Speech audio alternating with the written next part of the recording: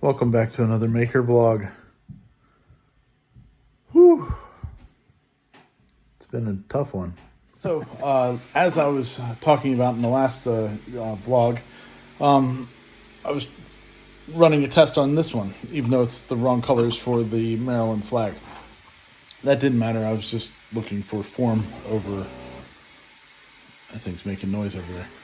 Anyway, we were looking at how it was made more so than anything else. And so light boxes are an interesting thing to dive into. There's a few different ways that you can make them. One is like how I did this, where you have a back piece that comes on here and to the box, and you attach and light everything up that way. Some people will do the front piece and attach it to the back box. And there's other people that do other things. Well, I'm looking to earn some money with this, and like, how can I make this look better? And so what I've done, sorry, the twins are over there calibrating and all that crap. So if it's noisy, sorry about that. But anyway, so I was figuring, how could I make this better and easy to manipulate, modify to different things. So I came up with a 3-piece design, and I like it so far. So let me show you where I'm at. As you can see, the thing 1 and thing 2 are getting ready to do their thing, literally. But anyway, here's what the overall design that I've come up with. So like I said, it's a 3-piece design. So you have the frame part, you have a back piece. This is one of the tests of the back piece. I don't have it fully seated in there because I don't need to. Where a switch and a USB-C connector will go in. And then the front plate. So if we take the back off, this front piece actually, I can use this frame design for different plates. So that's kind of my thought. And with the way that I did this, the frame, here we'll try to do this one-handed. As you can see, like, it actually has a reveal, as opposed to just being solidly up against the front of the light box. I thought it brought it up a bit as far as in the design look to everything. But we've had some issues. So the issues that we've been running into is that I wanted to make this all out of PETG. People are going to put these things in their windows or whatever, on a stand, table or whatever. And so I thought the PETG would be a better use for this thing. Problem is that I'm having is that on this one, you can see there's black right there. So that's black filament right there. And there's a few other little spots on that one. The black was coming through. So, and that wasn't the only one. I have a whole stack of tests that I did trying different things to eliminate that black. You can see it there. It's not necessarily on the front layer. It's somewhere in between. I've changed everything that I can think of. I've even learned how to change the order of the printing filament color. So, which is something that I didn't know you could even do on these machines, which is pretty awesome.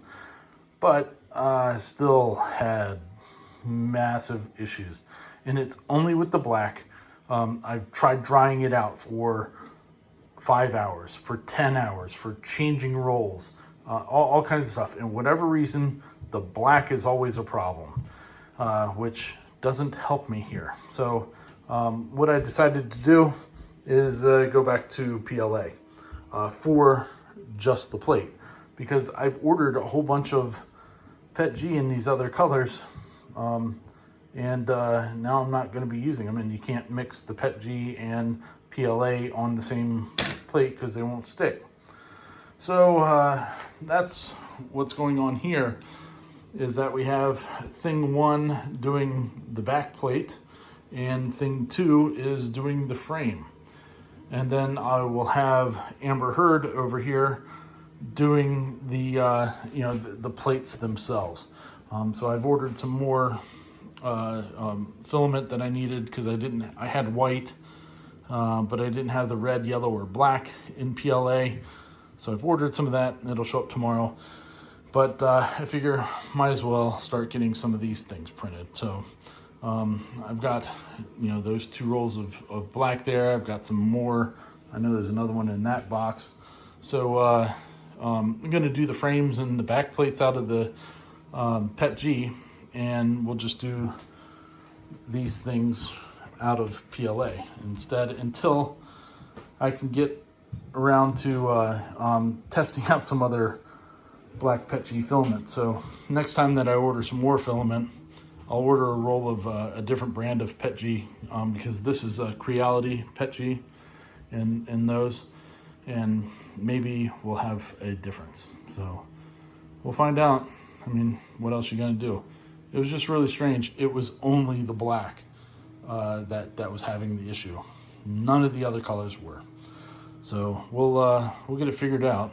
But kind of irritating, because I've been ordering filament for this, and now I'm not using all the PET G stuff that I've ordered, and that's not even including all the rest of it. That's just what was over here at the moment. But we'll keep at it and see what happens. Hopefully tomorrow that the rest of the PLA will get here and we can do some successful prints. Hey, I've got a favor to ask you. Could you please like and subscribe to this channel? I'd really appreciate it. Have you done it yet? Did you click it? I need you to click it. Click it, please. Please. Please click it. Look, now you got me begging. I don't want to beg. I'm not begging. Let's not beg. If you really want to be one of the cool kids, you're going to click the subscribe button. His concern right now for the whole project at this point is that I'm not sure that the PLA colors will be as vibrant as what these PET G ones were. I'm probably overthinking it, and it'll be fine. But it is a concern until I print that first one.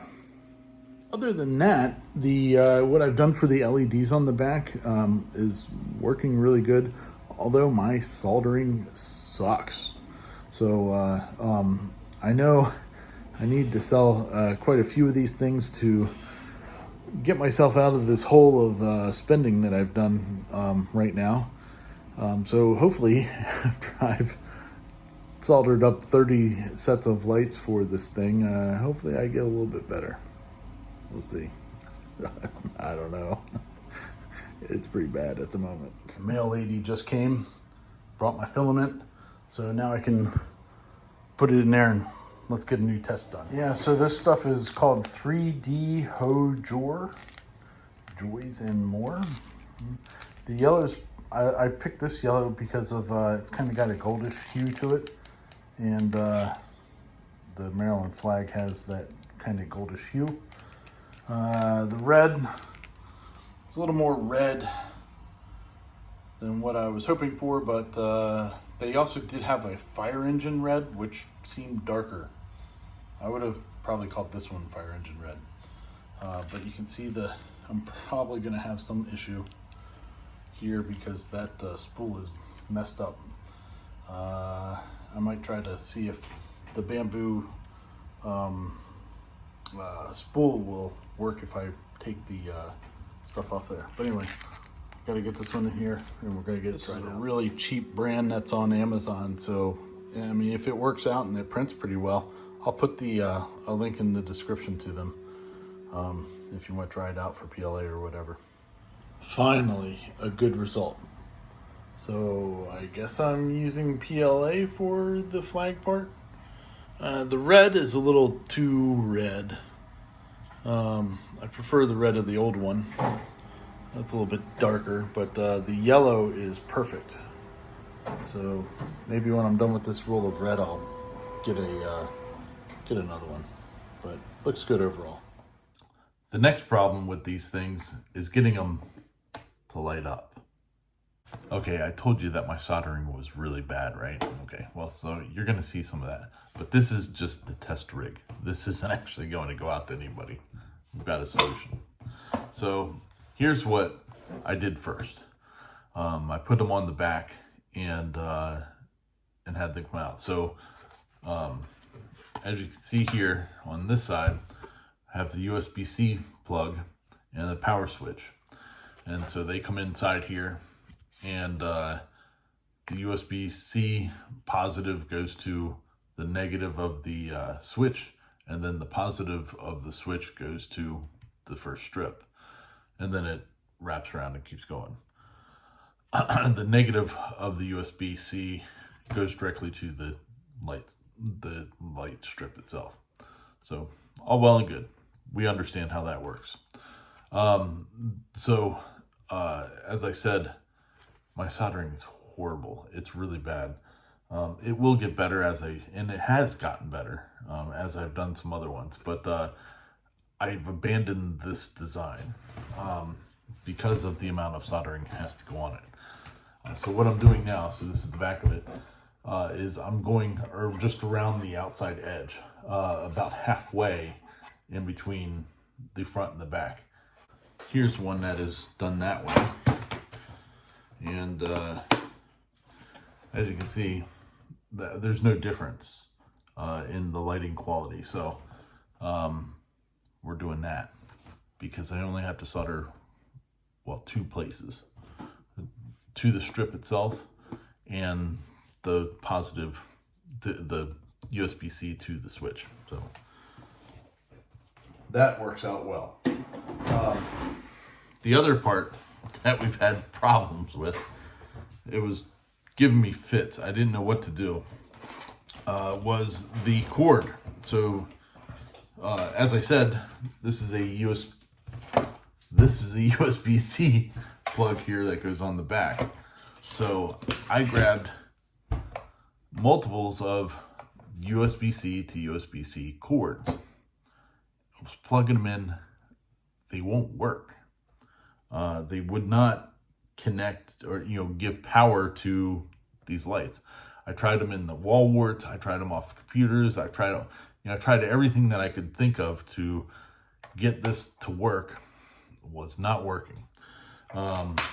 Different cords, all that stuff, but they all had USB-C to USB-C. Turns out that's the problem. So to do this, you need a USB-A to USB-C, and that works. So I'm not providing these with the light boxes.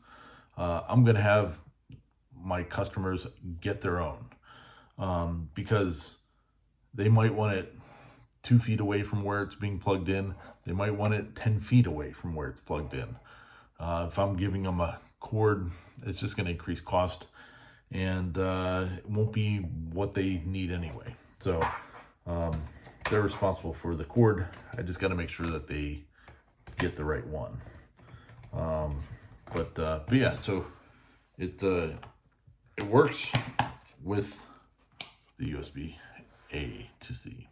So at this point, I have about 10 sets of these printed out of just the Maryland flag ones.